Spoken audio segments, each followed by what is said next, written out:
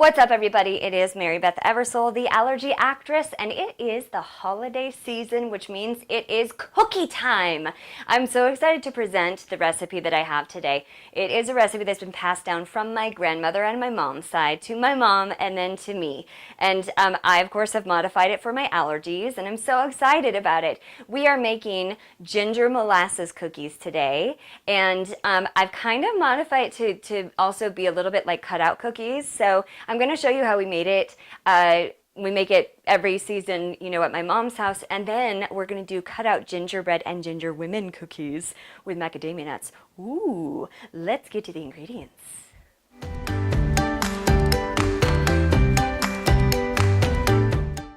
It's ingredient time. Okay, we're going to talk about the dry ingredients first. Then you have the wet ingredients, and then we have kind of the topper stuff for the cookies. So we've got a gluten-free flour blend. This one is made from garbanzo bean flour and has a little bit of brown rice and white rice in it, tapioca starch.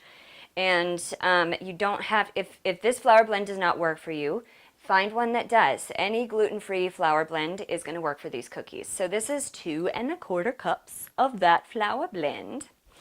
And then, with the flour blend, as you know, in gluten-free, you usually have to have some kind of emulsifier. You can use xanthan gum, or I also like to use guar gum, because guar gum is derived from beans, xanthan is from corn. I can't really do corn. So this is just 1/2 teaspoon of guar gum. And that goes straight into that flour mix there. Then we are going to do baking soda, not powder, baking soda. And that is 2 teaspoons of baking soda. And then we're going to do, our salt is all stuck again. You know my favorite, the Himalayan pink salt.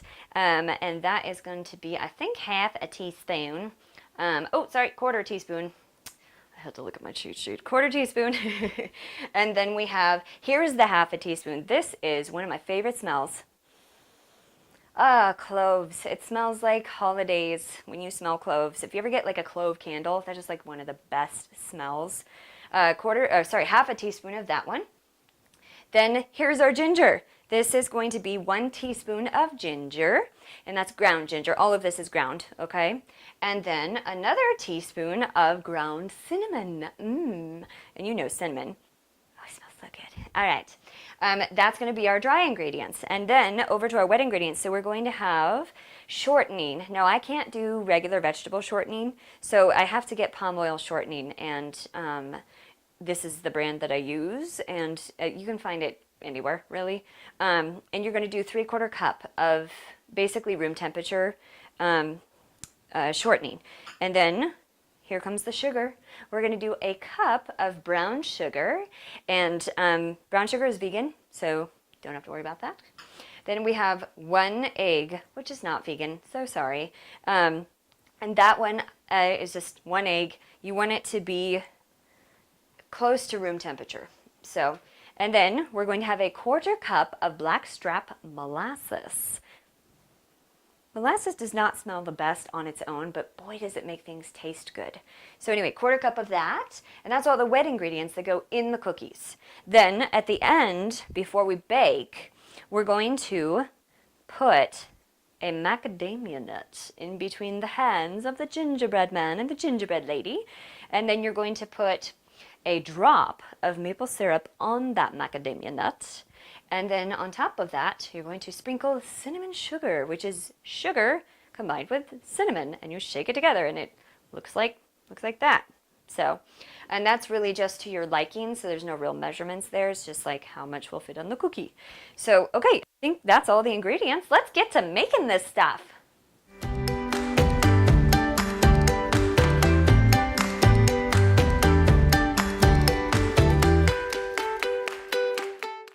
Time for the dry ingredients. All you have to do is take your flour, and you're going to dump everything in. So I always do the guar gum first, just because I feel like that needs to mix well with the flour. I always use a whisk to do my dry ingredients. I feel like it kind of helps sift it through better.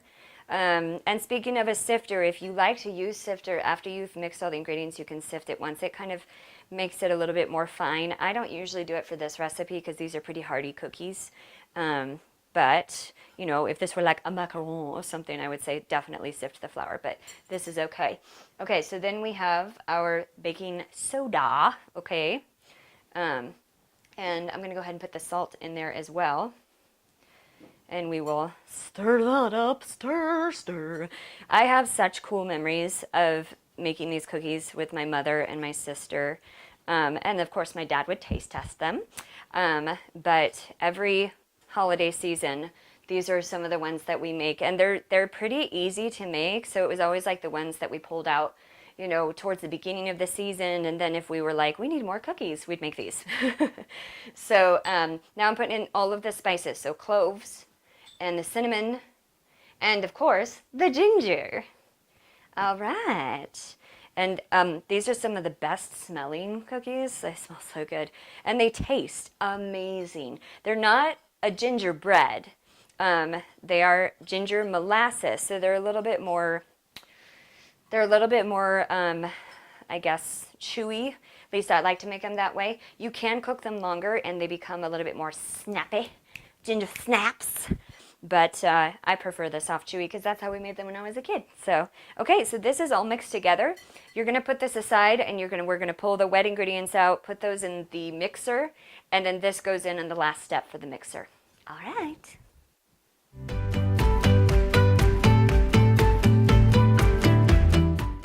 Okay, you guys, so I have just put the shortening in here for the wet ingredients. You want to do this in kind of this order just because it does affect the outcome of your cookie, the density.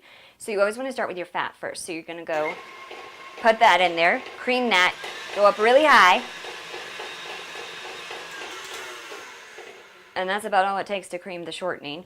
And then next thing we're going to do is put all of the brown sugar in there. So here comes the brown sugar, and I always like to scrape down my sides a little bit just because with this particular mixer it comes up the sides a little bit and then the little handle thing doesn't like get it. So I always do this, and actually my mom did that with her mixer also when I was little, so it just must be a mixer thing. Okay, so next is the brown sugar. Cream that too.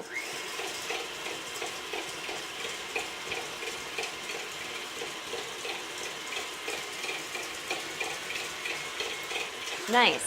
And it will look very grainy is the best way to say that. Sugary slash, well, you see it. Sugar with a little bit of white, basically. Okay, so then we're going to put in the egg. Hi, egg. How are you? Okay.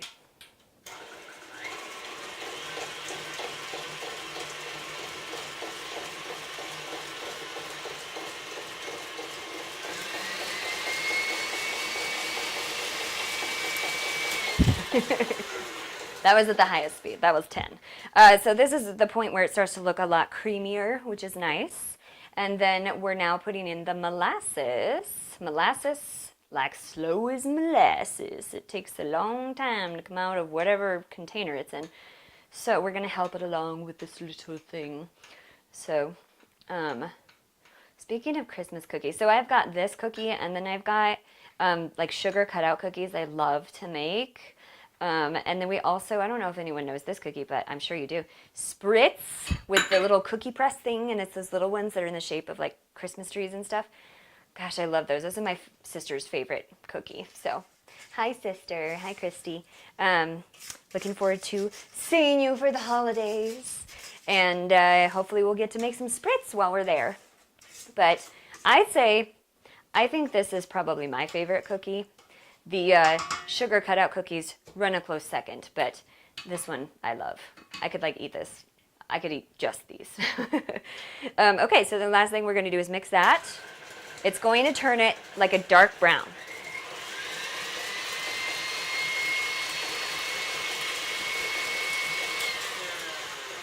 My table's like, whoa! And then here we have our dark brown. See how it's nice and brown there? And that is the time to put in the dry ingredients. When you add dry ingredients, you don't want to just dump the whole thing because it will go up in your face. So you want to add, I usually add like half. There we go. And scrape down the sides again so that you're really making sure you're getting it mixed. And get that side, get that side. Okay. Who has a favorite Christmas carol? I have a ton. So mix this in. Woo, woo. There went the flour. Oh, look. Monster hands. Holiday monster hands. Okay.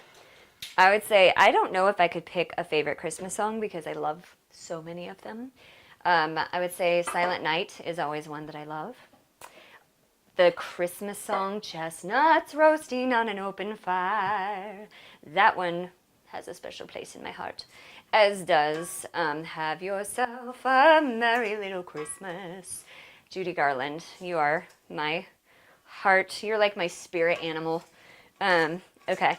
Scraping down the sides one more time, put the rest of the dry ingredients in, and this is it for making the dough. It's going to get really thick, just so you know. Your little mixer is going to go, oh, it's so thick, and that's okay.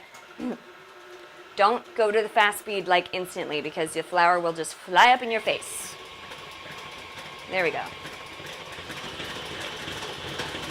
Now, this dough doesn't ever really, it's not a wet dough, it's a very dry dough. So I will pull it up so you can see it.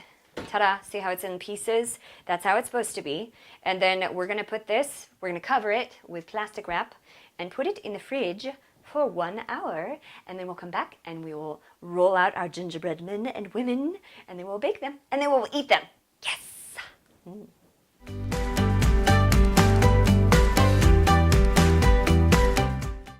It's time to do the rollout. So we've got our dough. I have put it on, you can use it on parchment paper, or if you have a mat, a silpat mat that you can roll on, that's the best. And you put flour first, so make sure it's gluten-free flour. I'm using brine rice. I'm using brown rice flour, and I have put some flour on top as well as on my little rolling pan. And then you're going to roll it to about 1/8 of an inch thick. I like my cookies to be thick, so I go a little thicker than most people probably would. Although for gingerbread and ginger molasses, you know, I guess they do go thick for that. So, but yeah, we're gonna roll it out. Hey, you, stop sticking to my roller. Okay, there we go. And make it nice and thin.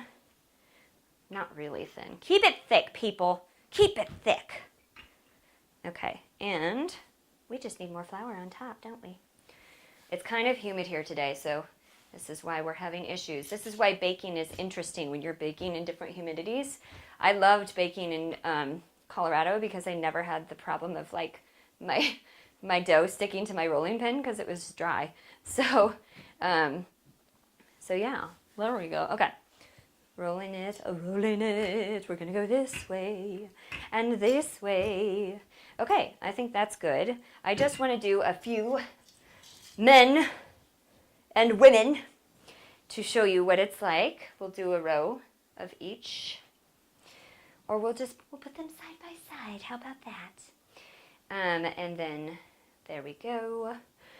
And then there's a lady, and then there's a gent.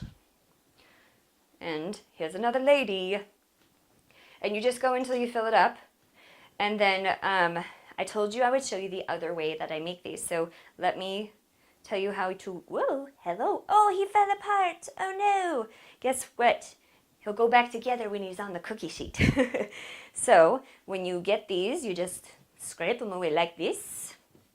And then you get yourself a nice spatula to help you pick it up and put it on a cookie sheet. And that is what we're going to do in our next step.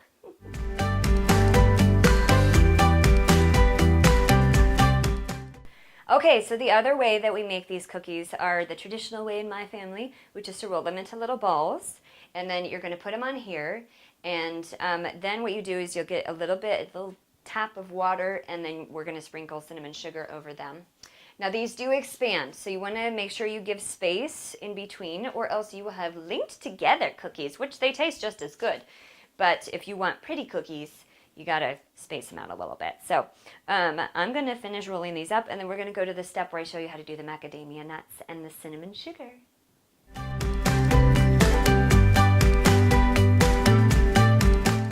time to decorate. Okay, so I'm going to show you how to do one of the gingerbread people, and then I'm going to show you how to do the traditional ones. So with the gingerbread people, take a macadamia nut, get the round side sticking out like a little present, and put it right in their chest, and then roll the hands over. Not roll, but like fold the hands over. Don't worry if it breaks on the arms, because they'll actually cook back in. And it's like they're carrying a little present. And then you take take the corner of your brush, put a little drop of maple syrup, and kind of brush it over the macadamia nut. And there you go. That's how you do that one. And you also, of course, sprinkle it with a little bit of cinnamon sugar. Now, for the traditionals, what you do is you're going to press the ball down, get 2 fingers in some water, press the ball down just a little bit. And this one also sprinkles with cinnamon sugar. The water kind of helps that cinnamon sugar stay on. The maple syrup helps on the gingerbread person. I'm going to finish decorating these, and then we're going to pop those in the oven, and then we're going to eat them.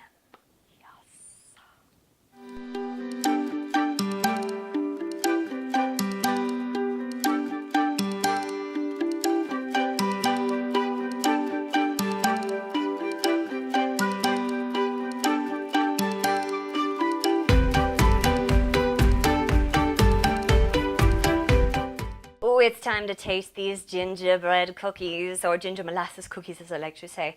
I'm going to taste the gentleman. Awesome.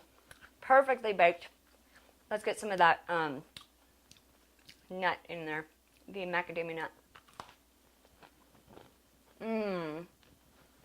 That really adds something to this cookie. It just adds another level. I love it. Well, to all of you, from me, the Allergy Actress, I wish you a very happy holiday. Until next time, this is the Allergy Actress, Mary Beth Eversole, signing off for now.